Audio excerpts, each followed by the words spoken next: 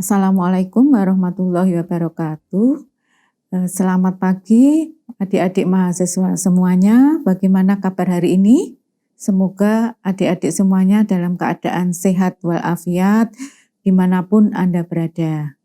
Perkenalkanlah, saya adalah Dr. Isna Kadirjati, Dr. MKes. Saya akan menyampaikan perkuliahan pada mata kuliah Upaya Kesehatan Kerja Sektor Informal.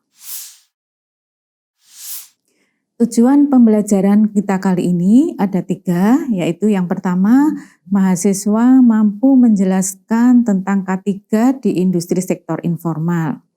Kemudian, tujuan pembelajaran yang kedua adalah mahasiswa mampu melakukan identifikasi potensi bahaya di tempat kerja di industri sektor informal. Kemudian untuk tujuan pembelajaran yang ketiga, mahasiswa mampu menentukan langkah-langkah pengendalian di industri sektor informal. Baiklah, kita mulai dari yang pertama, yaitu mengenai pengertian dari industri formal dan informal. Industri formal adalah suatu unit usaha resmi ya, yang menghasilkan barang atau jasa dengan izin usaha resmi. Ya, jadi kalau formal jelas di situ ada legalitas. Ya. Nah, kemudian apa industri informal? Ya, kalau industri informal di sini adalah unit usaha yang tidak resmi, di mana dia berskala kecil ya, dan menghasilkan serta mendistribusikan barang ataupun jasa ya, tanpa memiliki izin usaha. Ya, atau mempunyai izin usaha, tapi biasanya hanya berdasarkan lokasi tempat untuk berjualan.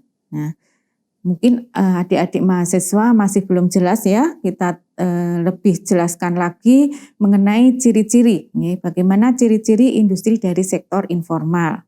Yang pertama adalah pola kegiatannya tidak teratur.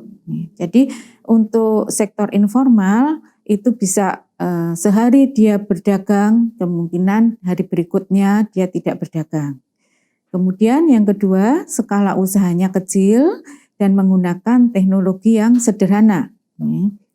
Kemudian struktur usahanya didasarkan atas struktur unit kerja keluarga. Jadi biasanya dari orang tua, kemudian dibantu oleh anak-anaknya ya dalam mengerjakan industri di sektor informal tersebut. Kemudian jam kerjanya juga tidak teratur atau tidak tetap. Ya. Kadang buka pagi ya ataupun siang ya, sehingga memang di sini tidak ada kata tetap ya bekerja dari pagi sampai sore misalnya. Kemudian tempat kerja juga tidak permanen, jadi bisa berpindah-pindah ya dari satu tempat ke tempat yang lain. Kemudian usaha-usaha ini di sektor informal memiliki daya saing tinggi. Ya, jadi biasanya antar pedagang misalnya itu dia menjual dengan jenis dagang yang sama ya dengan posisi atau letak yang berdekatan. Ya. Tetapi banyak sekali untuk sektor informal ini adalah dari segi inovatifnya. Ya. Jadi biasanya memang banyak di sektor informal itu mempunyai ciri-ciri yang itu lebih kreatif dibanding dari kegiatan yang ada di sektor formal. Ya. Nah, di sektor informal ini juga tidak memiliki keterampilan yang khusus ya, yang harus didapatkan dari pendidikan formal. Nah, mungkin adik-adik masih belum begitu jelas nih, kita masuk ke macam-macam industri formal supaya nanti adik-adik bisa membayangkan seperti apa sih industri formal itu. Ya. Nah, di sini ada 3 jenis industri formal. Yang pertama adalah jenis perdagangan. Contohnya adalah misalnya pedagang kelontong, pedagang kaki lima, ya. Kemudian pasar tradisional itu masuk di dalam jenis perdagangan.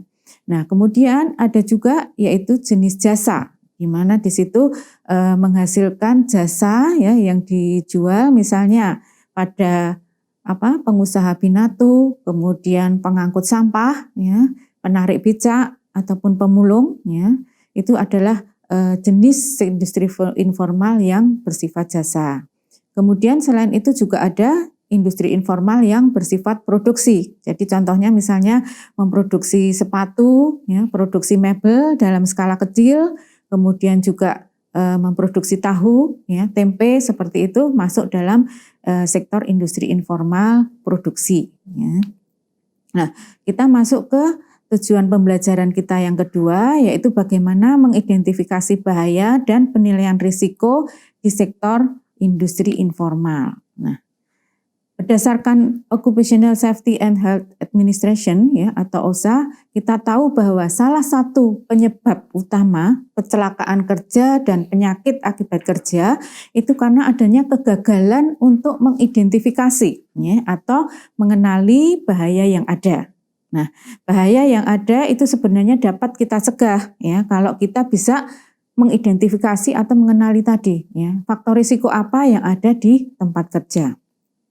Nah, untuk itu adik-adik harus paham, ya, apa yang dinamakan identifikasi bahaya dan juga penilaian risiko, ya. Nah, identifikasi bahaya itu adalah upaya untuk mengenal dan memperkirakan adanya bahaya pada suatu sistem, ya. Jadi contohnya misalnya mengidentifikasi bahaya pada peralatan, ya, mana peralatan yang dia berpotensi dapat menyebabkan cedera pada pekerja, misalnya penggunaan pisau yang tajam, ya, seperti itu, kemudian menggunakan mesin, ya, mesin yang penggerindaan misalnya yang dia dapat menyebabkan terjadinya kecelakaan kerja, ya, di suatu tempat. Kemudian juga mengidentifikasi proses kerja, ya. Jadi misalnya dalam suatu industri, apakah proses kerja yang dilakukan itu sudah cukup aman, ya, bagi pekerja atau belum. Itu namanya identifikasi bahaya. Nah, setelah kita nanti bisa mengidentifikasi bahaya, maka kita akan melanjutkan ke penilaian risiko, ya. Jadi penilaian risiko di sini adalah proses penilaian dari suatu risiko, yaitu dengan membandingkan tingkat atau kriteria risiko yang telah ditetapkan untuk menentukan prioritas pengendalian bahaya yang sudah diidentifikasi. Ya, jadi langkah-langkah kita yaitu harus tahu dulu apa itu identifikasi bahaya, kemudian nanti kita lanjutkan dengan penilaian risiko, dan setelah tahu potensi risiko yang tertinggi, maka nanti dilanjutkan dengan pengendalian yang harus dilakukan. Nah, dari standar OSHA kita ada 6 langkah untuk identifikasi bahaya dan penilaian risiko. Nah, ini adik-adik bisa ikuti, ya, untuk langkah-langkah ini. Jadi yang pertama adalah mengumpulkan informasi mengenai bahaya yang ada di tempat kerja. Ya, jadi bagaimana kita mengidentifikasi bahaya? Yang pertama kita cari dulu informasi di situ, ya, di suatu tempat kerja, ya. Kira-kira bahaya yang ada di situ apa? Ya, kita amati mulai dari proses produksi, ya, kemudian apakah ada, ya, alat-alat misalnya atau kegiatan dalam proses produksi itu yang bisa membahayakan pekerja. Nah, kemudian langkah berikutnya setelah kita tahu bahaya-bahaya tersebut, kita melakukan inspeksi, ya, secara langsung untuk menemukan potensi bahaya yang ada di tempat kerja, ya. Inspeksi di sini kita amati, ya, kita terjun langsung ke industri tersebut, kemudian kita amati satu persatu mulai dari proses mendapatkan bahan baku, kemudian proses pembuatannya sampai nanti hasil akhir. Dari langkah-langkah tersebut kita lihat, ya, potensi bahaya yang ada apa, ya, itu kita catat di situ, ya. Kemudian langkah berikutnya, langkah yang ketiga adalah mengidentifikasi bahaya terhadap kesehatan kerja. Nah, kita mulai menghubungkan, ya, menghubungkan potensi-potensi bahaya yang ada tadi dengan kesehatan dari para pekerja. Jadi contohnya misalnya pada industri mebel, di situ kita melihat ada potensi bahaya misalnya adanya debu kayu, ya, karena pada industri mebel itu kayu harus digerinda, diamplas, ya, kemudian di situ muncul banyak sekali debu kayu. Nah, bagaimana debu kayu ini terhadap para pekerja? Nah, debu, ya, debu kayu misalnya bisa terhirup, ya, terhirup pada pekerja yang tidak menggunakan masker misalnya, ya, sehingga dia bisa mengganggu sistem pernafasan kita. Nah, itu kita identifikasi bahaya-bahaya yang ada itu di langkah ketiga. Nah, kemudian kita lanjut ke langkah yang keempat, yaitu di mana kita melakukan investigasi, ya, pada setiap insiden yang terjadi. Ini maksudnya adalah kalau ada pekerja yang sudah mengalami gangguan kesehatan, maka kita teliti lebih dalam lagi melalui wawancara yang mendalam, melalui pemeriksaan-pemeriksaan untuk memastikan ya apakah memang insiden yang terjadi itu memang disebabkan karena pengaruh dari lingkungan kerja. Nah, langkah berikutnya adalah kita mengidentifikasi bahaya yang terkait dengan situasi darurat ya atau aktivitas non rutin. Ini maksudnya apa? Kalau dalam suatu industri ya kemungkinan terjadi suatu musibah ya, misalnya adanya kebocoran suatu bahan ya atau misalnya terjadi suatu peledakan di situ. Nah, itu mesti harus kita siapkan suatu SOP ya, standar operasional untuk penanganannya. Nah, ini juga dalam setiap industri mestinya harus ada hal-hal yang dapat membantu untuk mengidentifikasi bahaya seperti ini ya dalam keadaan darurat. Atau misalnya pada saat sekarang ini ya dalam keadaan pandemi Covid ya sehingga di sini kita juga harus memasukkan penanganan dari strategi untuk penanganan dari Covid ya dengan bantuan protokol kesehatan itu harus kita masukkan dalam prosedur yang ada di dalam industri sektor informal juga. Nah, kemudian berdasarkan dari langkah-langkah tadi, langkah yang terakhir adalah dengan melakukan pengendalian, ya, pengendalian. Nah, di sini pengendalian yang dilakukan itu adalah sesuai dengan yang diajarkan ya adik-adik di K3 di keselamatan dan kesehatan kerja ada yang namanya hierarchy of control. Saya kira adik-adik sudah paham untuk hierarchy of control karena sudah diberikan di semester sebelumnya. Ya. Nah, ini sekarang kita contohkan ya biar adik-adik lebih mengingat kembali ya dan juga untuk lebih paham lagi mengenai cara mengidentifikasi risiko. Kita contohkan di sini yaitu di industri mebel ya. Di industri mebel ya, Anda bisa bayangkan kalau kita masuk ya ke industri mebel sektor informal yang ada di dekat rumah kita ya seperti itu, maka yang pertama kita temukan adalah di situ ada debu kayu ya. Debu kayu itu dihasilkan dari pengerindaan dan pengamplasan.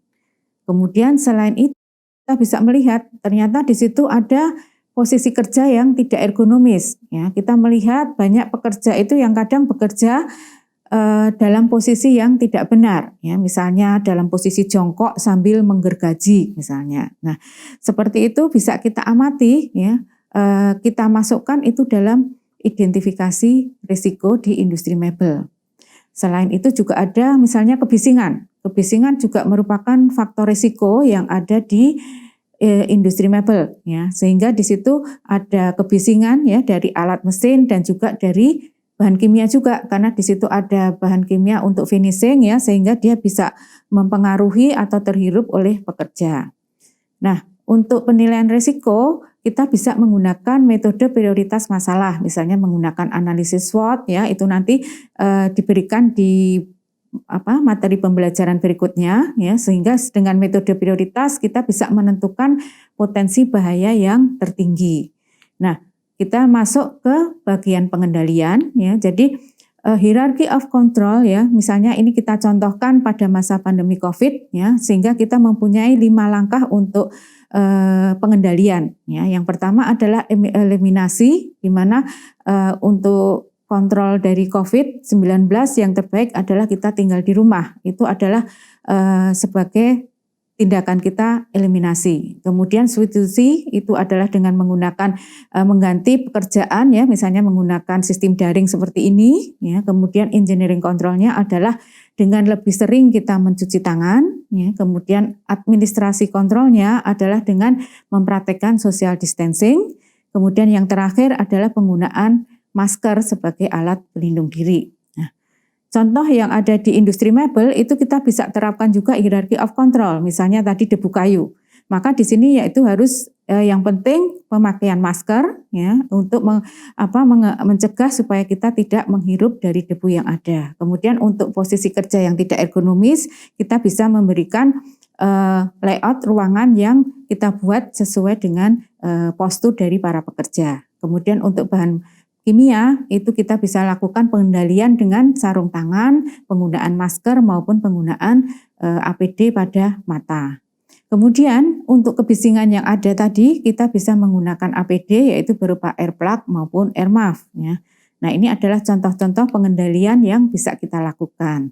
Oke, itu untuk perkuliahan kita hari ini. Kemudian ada tugas ya bagi mahasiswa untuk membuat sebuah video ya yang berisi hasil observasi Anda selama implementasi kesehatan kerja di sektor informal. Silahkan nanti mengambil industri sektor informal yang ada di dekat rumah Anda. Oke, saya kira itu untuk kuliah kita hari ini. Terima kasih. Wassalamualaikum warahmatullahi wabarakatuh dan semoga bermanfaat. Salam safety.